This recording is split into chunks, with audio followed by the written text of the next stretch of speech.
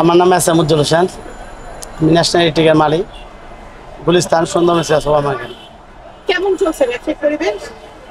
ব্যবসায়ী পরিবেশ কিছুদিন আগে তো দেশের যে অবস্থা, দোকানপাট বন্ধ ছিল, কিন্তু এখন তো তত্ত্বাবধায়ক সরকারের ঠিক আছে প্রধান উপদেষ্টা আমাদের সম্মানিত ডক্টর ইউনূস সাহেব এখন দেশ চালাইতেছে।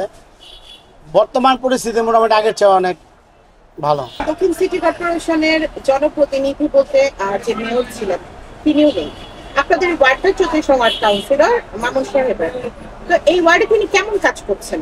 না, ইনশাল্লাহ আমাদের জানা সত্ত্বে আমি যেটুকু দেখেছি ইতিমধ্যেই সে অনেকগুলা কাজের মধ্যে নিজেকে জড়িত রেখেছে এবং গতকালকেও আমি দেখছি তার নির্দেশে আমাদের সুন্দরবন মার্কেট ইলেকট্রিক সেক্টরে প্রতিটা আপনার বাংলাদেশ ইলেকট্রিক্যালাইজেশনে মাননীয় চেয়ারম্যান জনাব আলিমুজ্জামান আনন্দ সাহেবকে সে বলেছে তাকে একটা ফান্ড করে দেওয়ার জন্য বন্যা দুর্গত এলাকায় আজকে ফেনী, লক্ষ্মীপুর, কুমিল্লা যে ভয়াবহ বন্যায় ক্ষতিগ্রস্ত এলাকায় সেখানে সহযোগিতা করার জন্য তার সর্বোচ্চ ভূমিকা ইতিমধ্যে সে পালন করেছে এবং তার নেতৃত্বে এই 34 নম্বর ওয়ার্ডে অনেক ছেলেপেলে কাজ করছে এবং সে নিজেই কাজ করতেছে আমি যতটুকু জানি।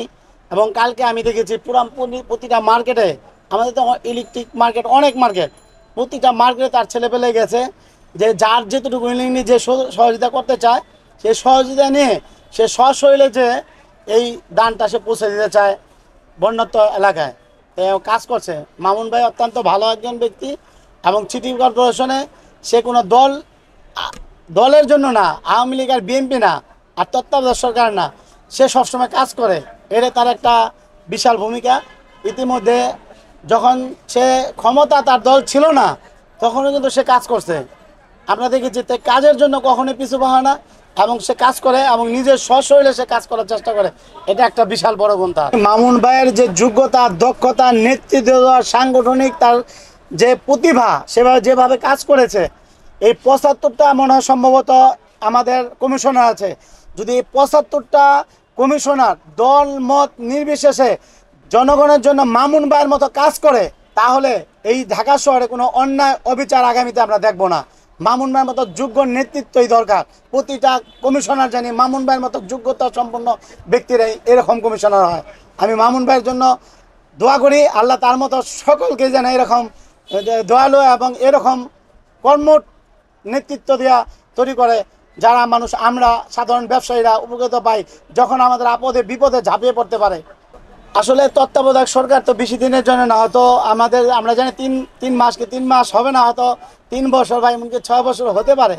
ইতিমধ্যেই প্রশংসনীয় উদ্যোগ যে কাজ সে করেছে, আজকের কথা এরা আমি বলি, আজকে বিভিন্ন প্রচার মাধ্যমে আমি ফেসবুক মিডিয়ার মাধ্যমে দেখতে পাচ্ছি সে সারা বাংলাদেশের এনজিওর কাছে সে 1000 কোটি টাকা ফান্ড চেয়েছে এবং এনজিও তাকে ইতিমধ্যেই আশ্বস্ত করেছে যে আমরা 1000 কোটি টাকা ফান্ড উঠে দেব। এবং আমি কিছুক্ষণ আগে দেখতে পেলাম চায়না থেকে তাকে $US না কি মানে দান করেছে। তা আমি আশাবাদী ডক্টর ইউনূস সাহেবের সম্বন্ধে আসলে বলার মতো অত যোগ্যতা আমাদের নাই। সে আসলে অনেক বড় মাপের লোক। তার সারা পৃথিবীতে তার যে পদচারণা আর সারা পৃথিবীতে ডক্টর ইউনূস সাহেবকে চিনে না এরকম রাষ্ট্র হয়তো পৃথিবীতে নাই। তাই আমি আশাবাদী যে আজকে যে বন্যত দুর্গত এলাকা যদি ইউনূস সাহেব ইচ্ছা করে এমন মানে সহযোগিতা এনে দিতে পারবে যা মানুষ কল্পনাও করতে পারবে না। আমি এই সারা বাংলাদেশে সকলকে আহ্বান জানাই এই বিপদের মধ্যে। ইতিমধ্যে ছাত্র সমাজ যেভাবে ঝাঁপিয়ে পড়েছে মেহনতি উন্নতি মানুষ যার যেখান থেকে পারে। আমি দেখেছি অনেক ব্যাংক তাদের টাকা দান করে দিয়েছে, আমি পাচ্ছে না তাদের একদিনের বেতনের টাকা দান করে দিয়েছে, বিভিন্ন সংগঠন তাদের একদিনের বেতনের টাকা দান করে দিয়েছে। এভাবে আমি হিসাব করলে কয়েক হাজার কোটি টাকা মনে হয় অলরেডি দানের ফান্ড হবে। আমি সারা বাংলাদেশে যারাই এই ভিডিওটা দেখছেন আমি ডেইলি নিউজের মাধ্যমে এটুকুই বলতে চাই, জানিয়ে দিতে চাই সারা বাংলাদেশের ব্যবসায়ীরা যে যতটুকু সহযোগিতা পারেন সহযোগিতা হাত বাড়িয়ে দেন। আমরা দেখিয়ে দিতে চাই বাংলাদেশের সকল মানুষ, হিন্দু মুসলিম এবং ভাই আমাদের মধ্যে কোনো বিভেদ নাই। সারা বাংলাদেশের মানুষ আমরা এই দুর্গত এলাকার মধ্যে ত্রাণের সামগ্রী পৌঁছে দিতে চাই এবং সবাই সহযোগিতা করতে চাই।